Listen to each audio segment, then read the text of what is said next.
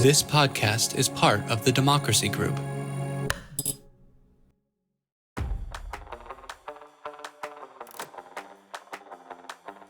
What is actually unique about this period is more or less the complete collapse of local and community and regional news outlets, the kind of things that don't just provide information, but actually help organize a community and help a community understand itself. It's not just the press provides information, but that it helps people in the community see themselves as invested in particular issues and concerns that they may not have even realized without it. Welcome to Politics is Everything, the podcast of the Center for Politics at the University of Virginia. I'm Kara Whaley. I'm Matus Kudra, fourth year government major, interning with the Center for Politics. I'm Keone Vega, a first year intern with the Center for Politics and a government major. My name is Clay Vaughn. I'm a fourth year Batten and Foreign Affairs double major, and I'm an intern with the Center for Politics. We are very honored to have with us on this episode Jamelle Bouie, who is a columnist for the New York Times and a political analyst for CBS News. He is based both here in Charlottesville and in Washington, D.C. He covers history and politics, and most importantly, he's also a scholar at the Center for Politics. Thank you so much for joining us, Jamelle. Thank you for having me. So I want to start by asking, as someone who covers history and politics, how do you situate this moment in political history? My inclination is always to say that things aren't nearly as unique as they appear to be. I have to be careful with that because it's not as if I think there are one-to-one analogies to make between the present and the past, but there are recurring themes, recurring forces, things that there's continuity over time. And so I'm also often interested in what is part of that continuity versus what is a break from it. And so in a lot of ways, I think that our current political moment, while a break from, say, the politics of the middle of the 20th century, which sort of extend through the 1990s into the beginning of the 21st century, I think our politics, a break from that, but very similar looking to the politics of the pre-Second World War era, where there's a lot more ideological diversity in American politics, from the far right to the left wing. This is a time when there is a viable socialist party, that there is a active communist movement, and then there are also big right-wing political movements as well. This is a time when there is a ton of conflict over the scope of what democracy entails. Will democracy entail sort of vigorous regulation of property, for example? There's conflict over who is included in the American system. In the 1920s, we have, basically a new immigration regime that sharply restricts who can come into the country, but there's this conflict over this. There is mass immigration before then. There's just a lot happening, reform movements, all the like. And the present moment, again, not the same, but in terms of the fractiousness, in terms of the polarization, in terms of the way that things feel so open, I think, in American politics, where it's hard to predict what's gonna come next. I think it's very reminiscent of the pre-Second World War era, and reminiscent of American politics before that as well. There is, let's go too long with this answer, but there's a great book by historian Jefferson Cowie called The Great Exception, which makes the argument that it's actually the part that we think is normal, the post-war era, that is the weird part of American politics, and that we're kind of in a return to norm. I often show that to students just in data when we look at polarization and conflict in American history and American political history. We can see that period of post World War II was sort of abnormal in terms of the longer scope of political history. But I also wonder if we zoom out from the domestic politics and into the global politics. One of the things I've been thinking a lot about lately is just the failure of the ideology of American exceptionalism in terms of, we are not so exceptional in terms of political violence and political exclusion, and yet for so long we've touted ourselves as being exceptional in that regard. And I wonder what your thoughts are on that. Yeah, so I have an answer to this. It's going to be a little bit of a roundabout answer. I host a podcast with a good friend of mine, and it's about the political and military thrillers of the 1990s. We watch movies like Air Force One and Clear and Present Danger, and et cetera, and talk about them. And we talk about them in a specific frame, and that is the post-Cold War moment, sort of what is happening culturally in the United States, both as the Cold War is ending and after the Cold War ends, because there is this triumphalism, but there's also this deep anxiety about what comes next now that we've won. Now that, as Francis Fukuyama argued, that history is ended.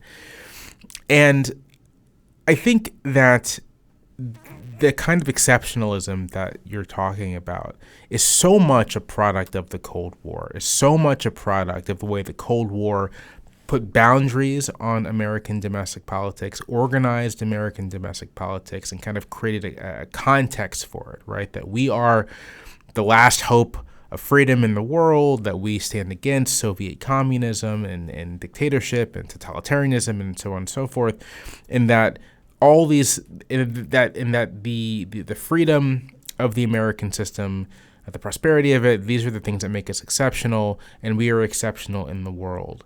But with the end of the Cold War, and with sort of the way that removes the boundaries that it kind of organized and structured American politics, and it kind of opens the gates for all kinds of new movements, and also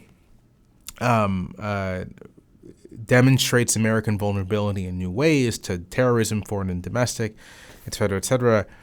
I think that exceptionalism becomes a much tougher sell, both for elites making it to the public, but also for how Americans feel about themselves.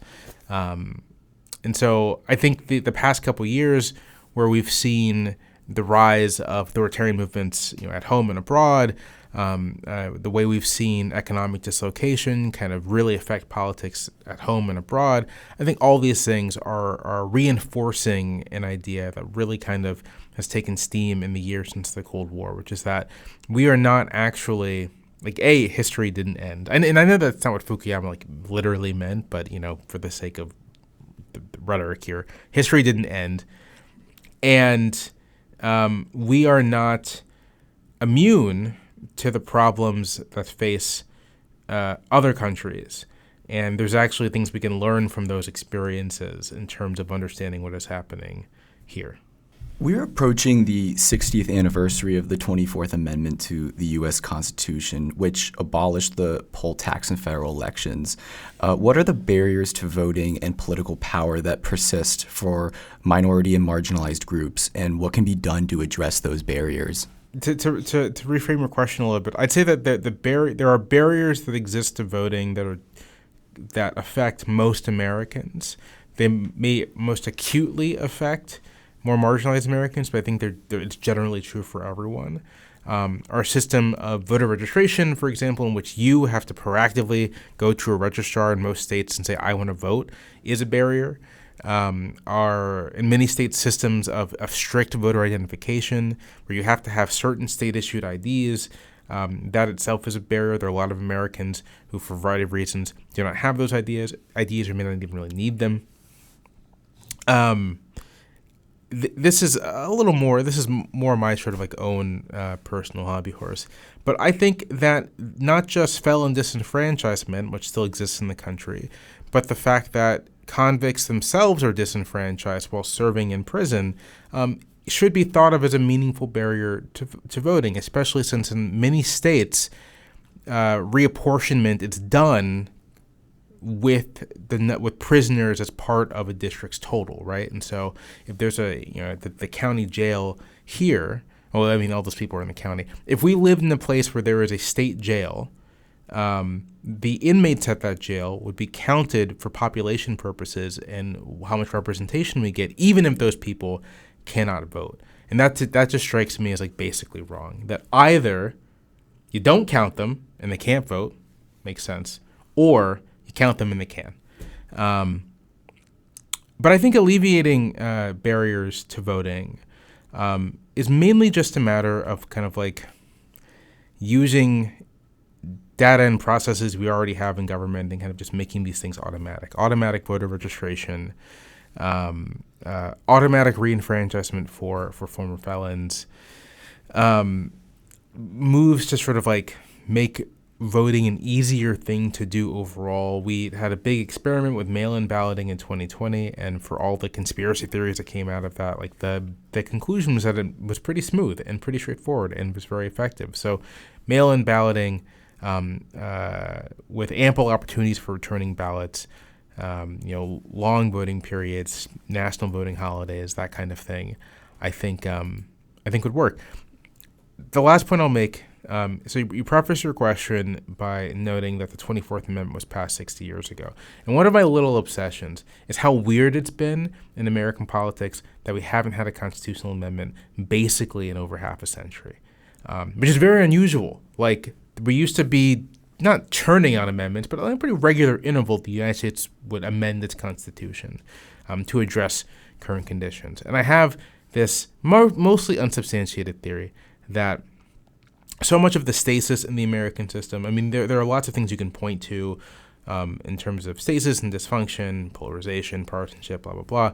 But it might just be as simple as our system has more or less been unchanged for, again, over half a century. And there's been nothing really to sort of like kick it to reorganize things a bit. And so I think that given that most Americans take voting as a basic right, given that we're always, in many places looking for ways to expand it, I think it would be worthwhile to have a constitutional amendment simply saying that voting is a right. Voting is a right of citizenship. Because we don't have that. 15th Amendment implies it. 14th Amendment implies it. Various things imply it. And so out of these implications, you can kind of say, well, there's a right to vote. But I think we would do well just to say, constitutionally, Americans have a right to vote, and this puts then the onus on governments to sort of facilitate that right rather than look for ways around honoring it. And at least to have a positive right, because the 14th and 15th Amendment, there's no positive right. It's just you can't discriminate. Right, exactly. There's been a lot of discussion about politicians using populist and racially divisive rhetoric designed to other minoritized groups, and it hasn't just been since the election of Donald Trump. What role do you think that kind of derogatory, blame-seeking, us versus them rhetoric plays in maintaining racial resentment in America? It's obviously the case that there are many people in the country that hold varieties of racial prejudice and racial resentment, just as sort of like, part of their psychological makeup. That's just true. But one thing that is sort of just clear from political science is that just because you have a belief doesn't mean it's necessarily politically salient. You can believe something. This is a really good non-racial example of this is how abortion politics work in the African American community. African Americans tend to be more religiously observant than the population at large, tend to describe themselves as moderate conservative, and do tend to have more moderate and conservative social views on abortion, on same-sex marriage, whatever.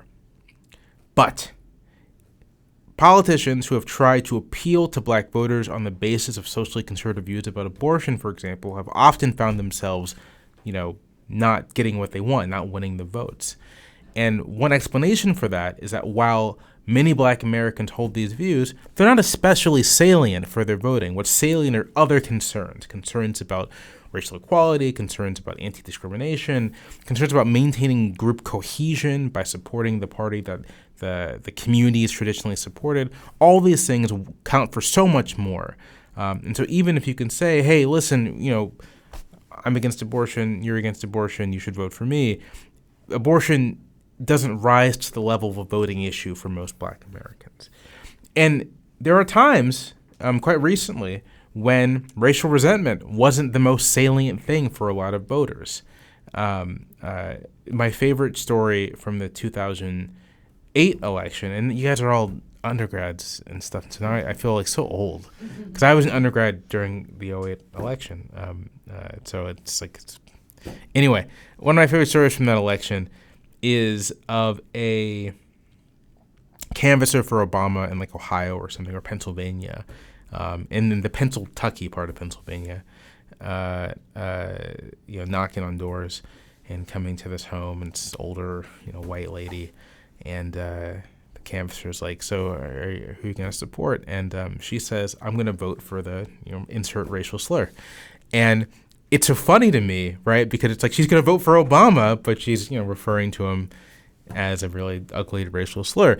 And to me, that is evidence that for that vote and for a lot of voters in that election, they may have held racially prejudiced views, but they just weren't salient in that moment. They just didn't matter politically in that moment. I think it is true that politicians, depending on what they choose to emphasize, can make those things salient. I think that's what happened in 2016 with Donald Trump, made people's views about race and identity salient. And Hillary Clinton, by fighting a campaign on those grounds, also made them salient. Both campaigns made them salient for people and essentially pushed Americans to choose, if you're going to vote on this, where do you stand? And enough stood with Trump to win him the election. This is all to say that it's, politicians not indulging in this stuff isn't going to make it go away, but there is real value in kind of just making it less salient for political combat, right? It's less destructive. Politics becomes much less destructive in terms of what it can do to our society if we're not raising the salience of this stuff in a really intense way. So that's all to say that I agree with the premise of your question. I think it's right. And I think you can very clearly see it happening in recent U.S. politics. And again, this is not to say that somehow racial prejudice go away, but it's not set in stone that just because people feel a certain way about certain groups of people, that's going to fundamentally shape their politics. You have to, political elites have a role to play in determining whether or not politics is going to happen on that basis. You've stated in one of your opinion pieces that the best way to neutralize DeSantis as a political force is to spend less time on cultural conflict and more time making the clear case that if given the chance, he would slash what's left of the safety net and use the proceeds to help the rich stay rich. Do you believe that still holds true today, or has his momentum surpassed concerns regarding Social Security? So I don't think he has all that much momentum. I just actually wrote about this and something I have to file later today. I don't think he has that much momentum. But I do think it's still true. And this kind of gets to the salience point, right? If you decide you're gonna fight an election against anyone on the basis of what do you think about gender affirming care for young people, you're going to run the risk of people who might otherwise agree with you on lots of other stuff saying, well, I'm not so sure about that. It makes me uncomfortable. Maybe I'm going to go for the person who's let's put a clamp down on it. And I kind of think that's what Ron DeSantis, and obviously now I'm speaking from my perspective of being, a lefty. I think that's what Ron DeSantis would prefer, that a campaign against him is fought on these cultural grounds. Now, I feel it's important to say that it's not that these cultural things are not important, and it's not that they don't have real concrete consequences for people. But when you're talking about them in terms of politics and building political coalitions, you have to be careful about how you address them. Addressing it as a straightforward conflict about whether this thing should be allowed might divide the coalition you're trying to build, because the coalition you're trying to build, it's going to include lots of people of different views on hot button social issues, and you don't want to divide them. And on the flip side, your Republican candidate, your Republican opponent, they're going to be assembling a coalition of people for whom a non-trivial number have not conservative views on the role of government and the social safety net. And so the question is how do you want to divide the electorate?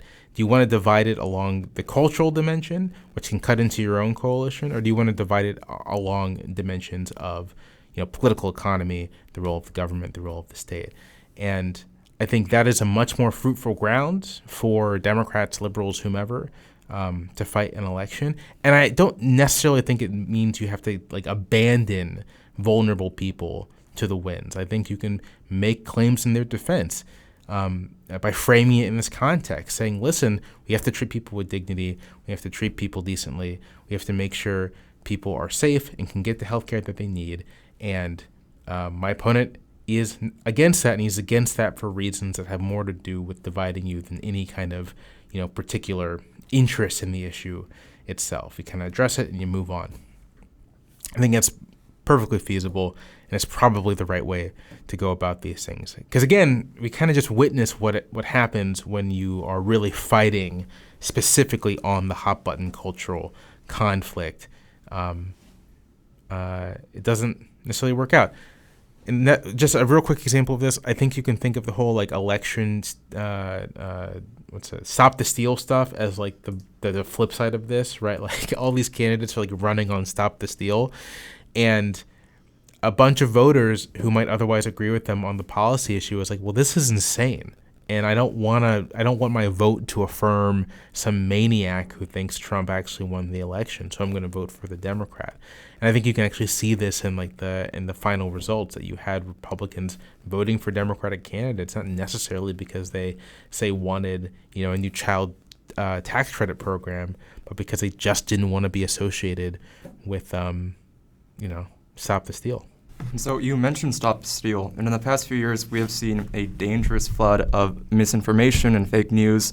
Now Fox Media is amongst those spreading lies and misinformation, and I don't think it's hyperbole to say that this is dangerous.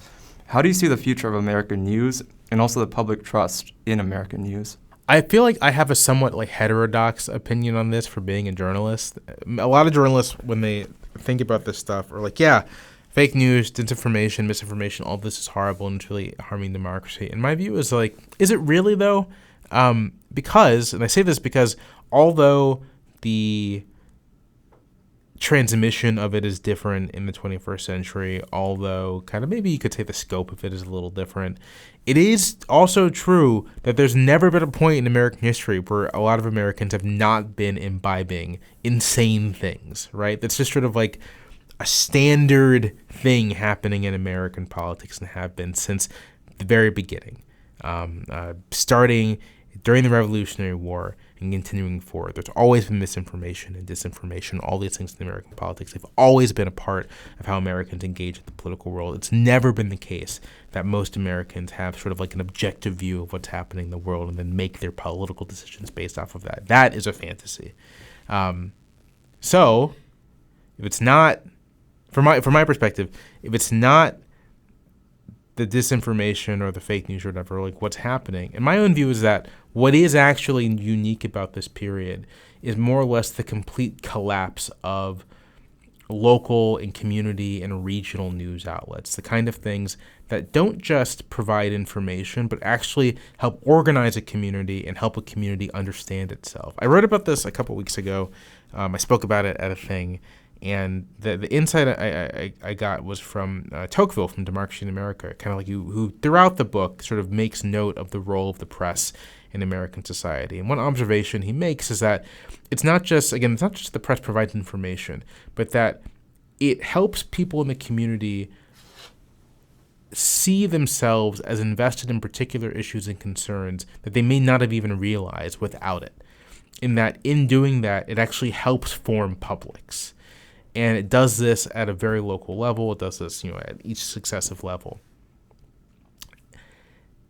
You can think of that process of public formation and then that process of people acting as a public as sort of practice for democratic life. It's like you're doing everyday democracy. You're doing these things on a regular basis, and it translates to other levels of politics, and it shapes how you think about politics.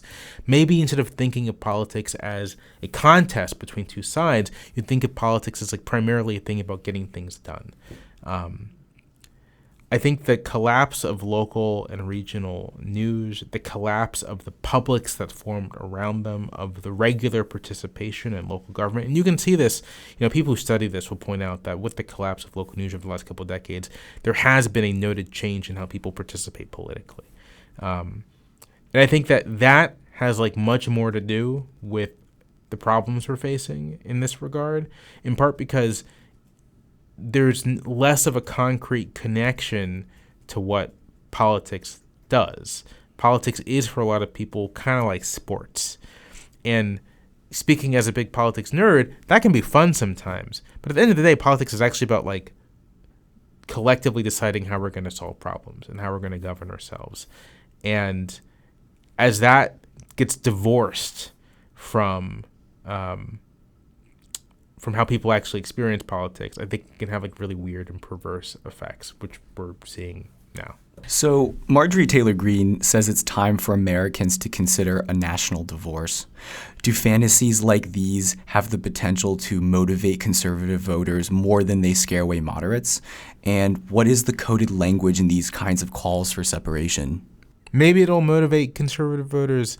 I mean, with political rhetoric, there's always it always takes two to tango. And so if someone responds to it by saying that's really stupid, I'm not sure if it's going to motivate people. But it might. I certainly think it'll scare away moderates. I don't know if there's any coded language. I mean, okay, I'm certain that it's interesting. MTG, Marjorie Taylor Greene, is from a suburb of Georgia that's been trying to divorce itself from the Atlanta metro area, and there's obviously a lot of ugly subtext behind that. And so I think for some people, they're going to conceive of that in that way. But I think for the most part, the people who are talking about national divorce just imagine some world in which they can kind of live their lives without having to experience a liberal. And I think that's just very silly. I'm glad you used the word fantasy because I think it's a fantasy. The fact of the matter is, I mentioned some of my theories and suppositions. One of them, for which I'm not sure there's any empirical basis, but I believe it nonetheless, is that the way we map politics actually has a kind of underrated influence on how people think about it. So every 4 years, you have these election maps that are red and blue, and it's well, that state's red and that state's blue. Even for congressional elections, okay, well, these counties are red and these counties are blue, and it creates the impression of uniformity and sort of partisan hegemony in various places. But as many people pointed out, if you do population-style maps, which just show how people actually voted and represents those votes as dots and shades, what you quickly see that there's literally no place in the country that is uniformly red or uniformly blue. Charlottesville has, I've been around here long enough that, people refer to it as the People's Republic of Charlottesville, right? Sort of this blue left-wing enclave in the middle of red. And that might be true. But something like 30% of Charlottesvillians regularly vote for Republican candidates, right? If you go out into Nelson County, 35% of voters there regularly vote for Democrats. There are a handful of places in the country where you're going to be 90% red, 90% blue, but most places, there's a lot of people voting for both sides. And so the idea that you could somehow sort of divorce in a meaningful way it's silly. It's very dumb, to put it simply. It's a fantasy. And I'll say real quickly what it's a fantasy of. It's a fantasy of a world where there is no more political conflict, where everything's been settled.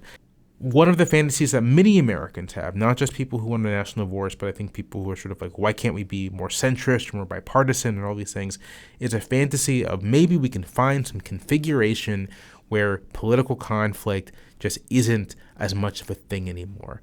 And the fact of the matter is that as long as the United States exists, as long as it's this big, diverse, pluralistic country, we're going to have politics, we're going to have a lot of political conflict, and we just have to find ways to accommodate it and live with it and make sure it doesn't get too destructive. But the idea that we'll ever come to a place where everyone can just shake hands and agree, without any serious conflict is a fantasy.